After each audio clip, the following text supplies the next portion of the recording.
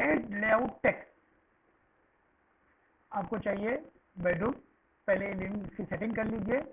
Add alternate dimension, अगर आपको metre भी साथ में चाहिए तो इसको रखिए, अदरवाइज इसको निकाल दीजिए। टेक्स्ट हाइट दे दीजिए, टेक्स्ट हाइट मुझे 10 रखना है, 11, 12, 8 जितना आप रखना चाहे रख सकते हैं। मुझे चाहिए बेडरूम, ओके। सिर्फ मैं रूम के अंदर जाके क्लिक करूंगा, बेडरूम का साइज अपने आप जनरेट होगा, बेडरूम का साइज अपने आप जनरेट हो गया।